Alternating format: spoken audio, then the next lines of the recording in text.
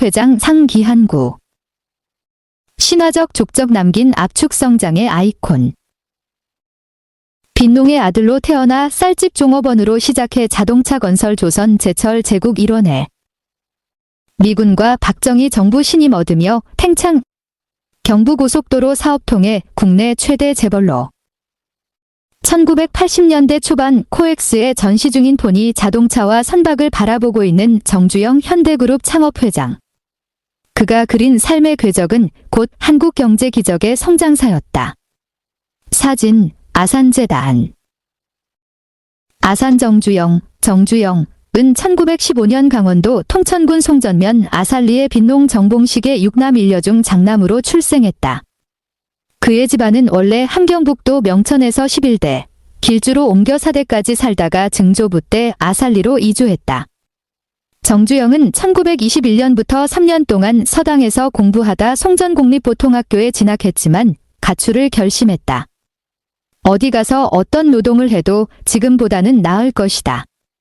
같은 쥐라 해도 뒷간에 있던 쥐는 똥 먹다 도망가고 광에 있던 쥐는 쌀 먹다 도망간다고 했다. 시련은 있어도 실패는 없다. 정주영은 175cm의 큰 키에다 체력 또한 조와 힘을 쓰는 것이라면 자신이 있었다. 네 번째 가출 시도 끝인 1934년 고향을 벗어났다. 이후 인천과 서울의 공사 현장에서 막노동으로 전전하다 서울 신당동의 쌀가게 복흥상회 배달원으로 취직하면서 사업과 인연을 맺었다. 60대의 복흥상회주인 이경성은 근면 성실한 정주영에게 침식을 제공했고 장부 정리까지 맡겼다. 정주영은 1938년 1월 복흥상회를 인수한 뒤 상호를 경일상회로 바꿨다. 22세 청년 정주영은 그동안 쌓은 신용만으로 배달꾼 4년 만에 쌀가게 주인이 된 것이다. 처음에는 좋은 쌀만 팔아 소비자들에게 인기가 좋았다. 그러나 1939년 12월 전시통제령에 따라 쌀 배급제로 전환하면서 경일상회는 문을 닫았다. 90%의 확신과 10%의 자신감. 빈농의 아들로 태어난 정주영, 오른쪽 현대그룹 창업회장은 근면성과 신념으로 한국 굴지의 갑부가 됐다. 사진 아산재단. 정주영은 1940년 3월 서울 아현동의 다도서비스 자동차 수리공장을 3,500원대 인수해서 5,000원의 합작회사로 만들었다. 삼창정미소 주인 오윤근에게서 신용으로 3,000원, 친구 오인보에게서 500원을 차용하고 동업자가 출자한 800원 등으로 충당했다. 당시 대학을 졸업한 식산은행, 현산업은행, 행원의 한 달 급여가 70원이었다. 경성서비스의 정비기술자 이을학과 김명현을 끌어들여 영업을 개시했다. 개업 20일 만에 부채의 절반 정도를 상환했다. 그러나 사업을 시작한 지 한 달도 되지 않아 한 직공의 실수로 공장이 전소됐다. 수리 중이던 트럭 4대와 승용차 1대, 외상으로 확보해놓은 부속품도 함께 타버렸다. 정주영은 재기를 위해 오윤근 사장에게서 3,500원을 더 빌렸다. 오 사장은 내 평생 사람 잘못 보아 돈 떼었다는 오점을 안 남기고 싶어 다시 더 빌려주겠네라며 정주영의 요구에 순순히 응했다. 신설동 뒷골목 빈터에 무허가 공장을 차려놓고 직원 50여 명으로 다시 자동차 수리를 재개했다. 그는 수리 기간을 최대한 단축하는 대신 수리비를 더 많이 받았다. 아도서비스의 수리 물량은 나날이 급증했지만 아도서비스는 기업정비령 탓에 1943년 3월 대형 정비업체인 일진공작소에 흡수됐다. 시련에 굴하지 않고 정주영은 1945년 8딜 5해방과 함께 서울 중구 초동 106의 적산, 부지 200평을 불화받아 1946년 4월 현대자동차 공업사를 설립했다. 사업은 날로 번창해서 1년 만에 종업원 수가 70에서 80명으로 불어났다. 정주영은 자동차 수리대금을 받으러 미군 부대를 자주 출입하면서 토건업이 유망할 것임을 간파했다. 1947년 5월 25일 현대토건사 간판을 달았다. 주변에서 토건업은 위험성이 크다며 말렸지만 나는 무슨 일을 시작하든 된다는 확신 90%와 반드시 되게 할 수 있다는 자신감 10% 외에 안 될 수도 있다는 불안은 단 1%도 갖지 않는다는 신념으로 강행했다. 시련은 있어도 실패는 없다. 공업학교 교사 출신 기사 1명과 기능공 10여 명으로 건축업을 시작했고 첫 해 매출액 1,530만 원을 기록했다.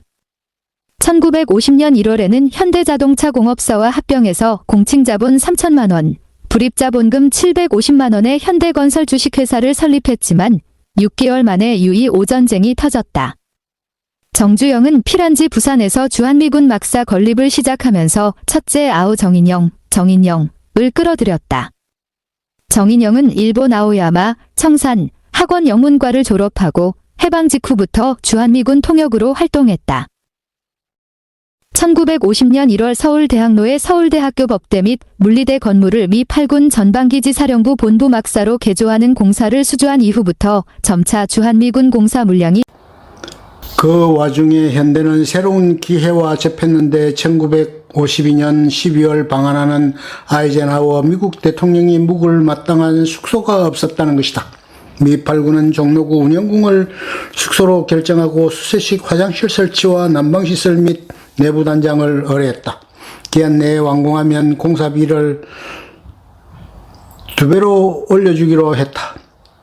정주영은 양변기가 어떻게 생겼는지 구경도 해본 적 없었지만 용산부근 고물상을 뒤져 철야 작업으로 열흘 만에 공사를 완료했다.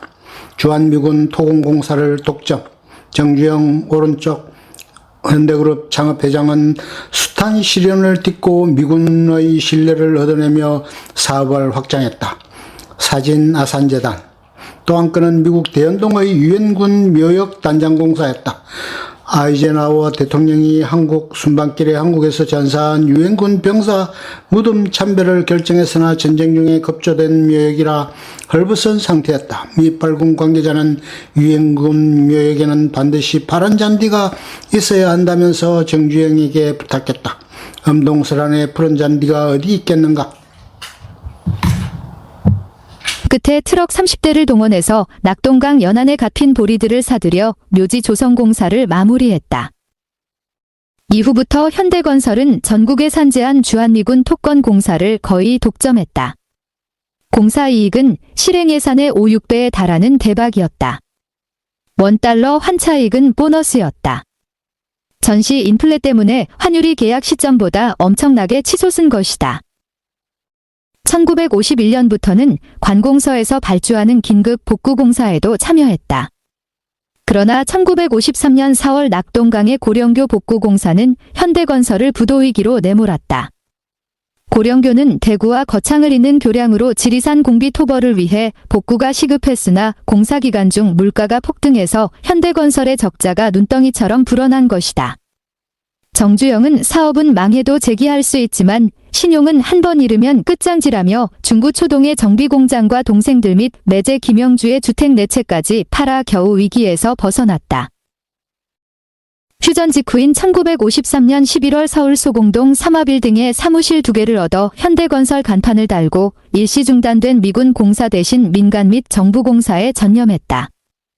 이 무렵 전국에는 1000여 개의 건설업체가 난립해 덤핑 입찰 내지 사전 담합 등 부조리가 심했는데 도급순위 1에서 5위의 대동건설, 조흥토건, 극동건설, 대림산업, 삼부토건이 정부 발주 공사를 독식하는 건설 5인조를 형성하고 있었다.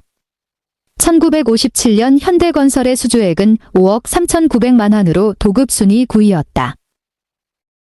현대건설이 반전을 써내려간 계기는 1957년 9월 국내 최대의 단일 공사인 한강인도교, 한강대교, 복구공사 수주였다. 1위 가격을 써낸 흥화공작소의 가격을 본 내무부 장관이 흥화공작소는 입찰 의사가 없는 것 같다면서 2위인 현대로 낙찰했다. 이 공사에서 40%의 이익을 거두며 현대는 건설 5인조에 진입할 수 있었다. 현대건설은 설립 10여 년 만에 대형 건설업체로 부상했다. 현대건설의 해외 진출 시도.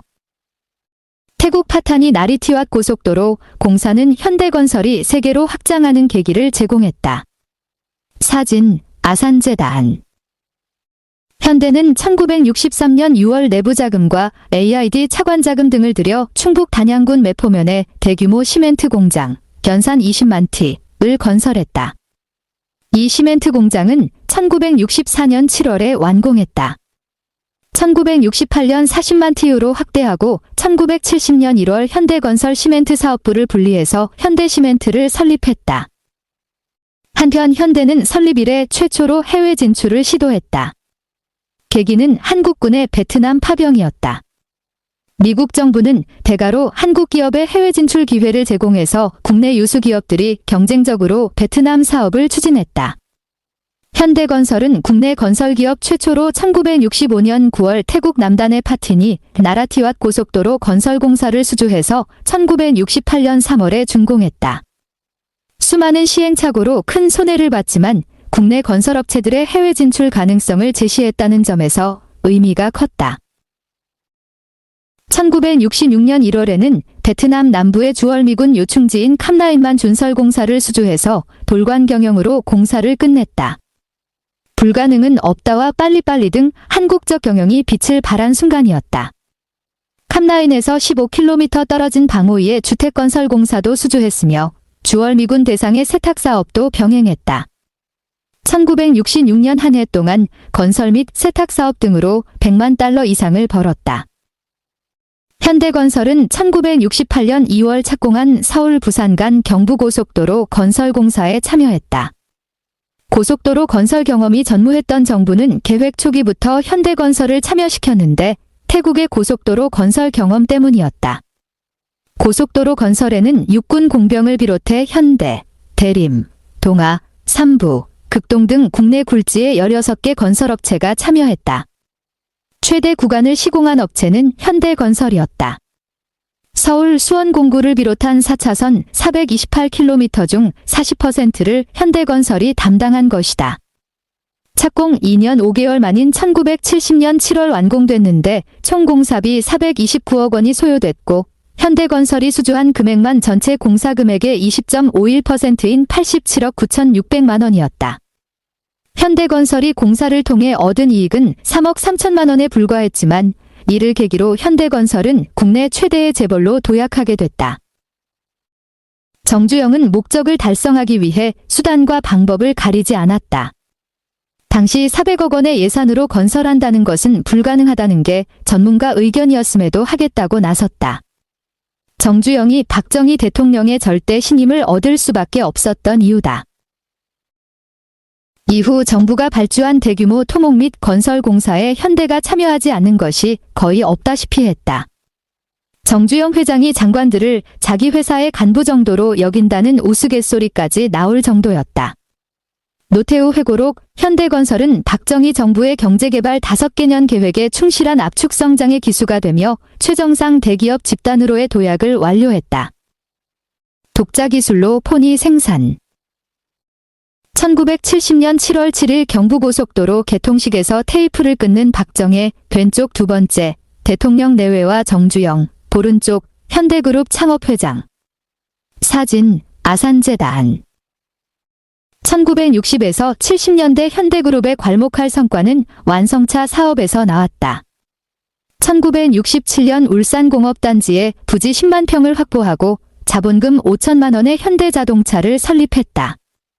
미국 포드에서 부품을 수입해서 1968년에 국내 조립 승용차 코티나를 출시했다. 당시 선발기업인 신진자동차가 일본 도요타 자동차와 기술 제휴한 승용차 세나라가 국내 시장을 석권하고 있었다. 이에 맞서 현대의 중형 세단 코티나는 소비자들의 호평으로 빠르게 시장 점유율을 넓혀나갔다. 현대자동차는 1974년 독자 기술로 1238큐빅센티미터 엔진을 장착한 후륜구동의 포니 승용차를 생산했다. 시판 첫 해인 1976년 1만 726대를 팔아 포니의 시장 점유율은 43. 기록했다. 한국은 아시아에서는 일본에 이어 두 번째로 세계에서 16번째로 고유 모델 자동차를 보유한 국가가 됐다. 1974년 2월에는 자본금 2,500만 원으로 현대자동차 서비스를 설립했다. 이어 1977년 6월 현대자동차 서비스로부터 휠, 범퍼 생산 시설과 1개 컨테이너 라인을 인수해서 자본금 2,500만 원의 현대전공을 설립했다. 현대전공은 1970년대 중반 이후 수출용 컨테이너 생산도 병행했다. 이후 조선업에도 진출했다. 박정희 정부는 1968년 제철, 기계, 화학, 조선을 4대 국책사업으로 정하고 집중 육성을 선언했다. 1970년 현대건설 내에 현대자동차는 1974년 독자기술로 1238cm 엔진을 장착한 후륜구동의 포니 승용차를 생산했다. 시판 첫 해인 1976년 1726대를 팔아 포니의 시장 점유율은 43. 이후 조선업에도 진출했다. 박정희 정부는 1968년 제철, 기계, 화학, 조선을 4대 국책사업으로 정하고 집중 육성을 선언했다. 1970년 현대건설 내에 조선사업부를 발족하고 정주영이 스페인, 프랑스, 영국, 서독 등에서 자금을 빌려 조선소를 건설하고 영국 애플도어 및 스코트를 쓰고 조선소와 기술 판매 협조를 체결했다. 1972년 그리스 리바노스사와 26만 T의 초대형 원유온 반선 계약을 맺고 1973년 경남 울산 방어진의 선각공장을 준공해서 현대조선중공업으로 분사했다. 1974년 울산조선소 1 디도크를 세웠고 리바노스의 원유온 반선 1호선을 인도했다.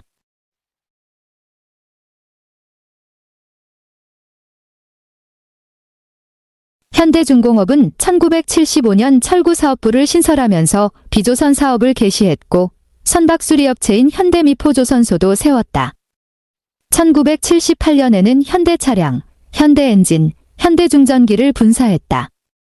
1974년 7월에는 자본금 5천만 원의 고려화학을 설립했다.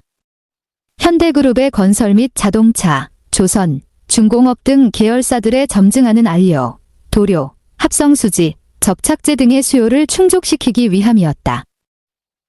현대가 소재산업과 인연을 맺은 것은 1978년 인천제철 인수였다.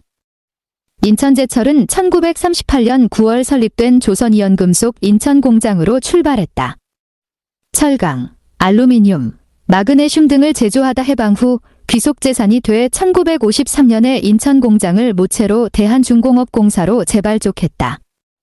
시설은 1200마력 아변기와 건물 4443평, 미가동 기계공작물 34점 등이었다.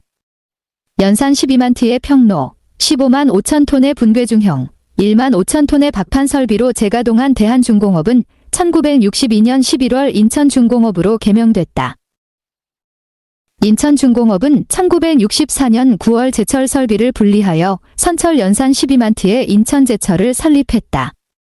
이후 두 회사가 경영난에 직면하자 정부는 1970년 4월 인천중공업을 인천제철에 합병시켜 한국산업은행에 관리를 맡겼다가 부실기업 정리 차원에서 1978년 6월 현대중공업으로의 인수를 허가했다. 한국의 아파트 문화를 주도. 정주영 현대그룹 명예회장에 해봤어 정신으로 구현된 울산 현대중공업 전경. 사진, 아산재단. 현대종합상사도 1978년 8월 부실기업 인수전에 참여해 대한알루미늄공업과 한국불화공업을 인수했다. 대한알루미늄은 국내 최초의 알루미늄 제조업체로서 당초 한국알루미늄으로 출발했다. 원료인 보크사이트의 확보 곤란과 기술 부족으로 경영난에 시달리다가 1973년 7월 한국산업은행과 프랑스의 패치니사 간에 50으로 합작 투자해서 자본금 20억 6,900만 원의 대한알루미늄 공업으로 재발족됐다. 생산 능력은 연산 1만 7,500톤으로 전해공장, 주조공장, 전극공장 외에 수전설비, 알루미나 저장설비 등 각종 중장비를 갖추었다. 전해공장은 알루미나를 알루미늄으로 만드는 곳으로 120기의 전기로에서 연산 1만 7,500톤을 생산했다. 1975년 3월에는 현대강관을 설립했다. 현대강관은 자본금 2천만 원의 소규모 업체인 경일산업을 모체로 해 출발했다. 경일산업은 철근, 못, 철선 등을 생산해서 현대 계열사들에 공급했다. 1977년에는 강관사업부를 신설했다. 현대건설은 1973년 초부터 서빙고동 현대아파트, 압구정동 현대아파트 등을 건설하면서 국내의 아파트 문화를 주도했다. 이후 현대건설의 주택사업부를 분리시켜 1976년 3월에 자본금 2천만 원의 한국도시개발을 설립했다. 토목건 축업과 부동산 매매, 임대를 목적으로 출범했다. 1976년 6월에는 남지산업을 흡수해서 주택건설 전문업체로 거듭났다. 한라건설과 현대산업개발도 설립했다. 한라건설은 1977년 10월 현대양행이 해외건설 목적으로 설립한 자회사 자본금 15억 원로 1978년 3월에 한라개발을 흡수해 종합건설업체로 도약했다. 그러나 현대양행이 정부에 귀속되는 과정에서 한라건설은 현대양행에서 분리돼 현대그룹 계열사로 남았다. 1977년 10월에는 토목건축 및 아파트 분양을 목적으로 현대산업개발을 설립했다. 목부터 선박까지 만든다. 현대건설은 1976년 12월 말부터 중동건설 현장용 제재목을 생산하기 위해 울산에 제재소를 마련, 1977년 7월부터 수출 가구 공장을 가동하면서 1978년 1월에 금강목재공업을 설립했다. 1979년부터 리바트 가구를 국내외에 공급하면서 가정용 및 선박용 가구, 인테리어, 제재업으로 영업 종목을 다변화했다. 1980년 1월에는 현대종합목재 산업으로 변경했다. 한국포장건설은 1976년 3월 골재와 아스콘을 생산하던 현대건설 관악중기공장 소속의 관악석산을 분리시켜 설립한 도로포장 전문업체이다. 또한 그해 3월에는 토건 및 도로포장 건설 전문의 고려산업개발을, 1975년 12월에는 알루미늄 창호 자재의 생산을 목적으로 현대알루미늄을 각각 설립했다. 기술용역 전문인 현대엔지니어링은 1974년 2월 현대건설 기술사업부를 분리해서 자본금 1천만 원의 현대종합기술개발로 발족했다. 현대콘크리트는 1969년 4월 현대건설에 각종 콘크리트관, 블록, 벽돌 등을 납품하기 위해 설립한 소규모 업체였다. 1971년 12월 말 현대건설에 흡수돼 콘크리트 제조 공장으로 유지되며 1976년 4월 동서산업으로 변경했다. 아세아상선, 현 HMM은 1976년 3월에 자본금 2천만 원의 세척의 VLCC 초대형 원유운반선로 설립됐다. 1977년 5월 곡물, 석탄, 광물 등을 운반하는 살물선, 벌캐리어, 아세아 1호 기호를 9월에는 원양의 인선단을 취항시켜 중동 건설 현장까지 자재 운송을 전담했다. 1978년 6월에는 국내 최초로 중동전기항로 운항사업 면허를 취득하고 1979년 3월 10일 제3회 해운의 날에 국내 최초로 1억 불 운임이 탑을 수상하는 등 대형 선사로 도약했다.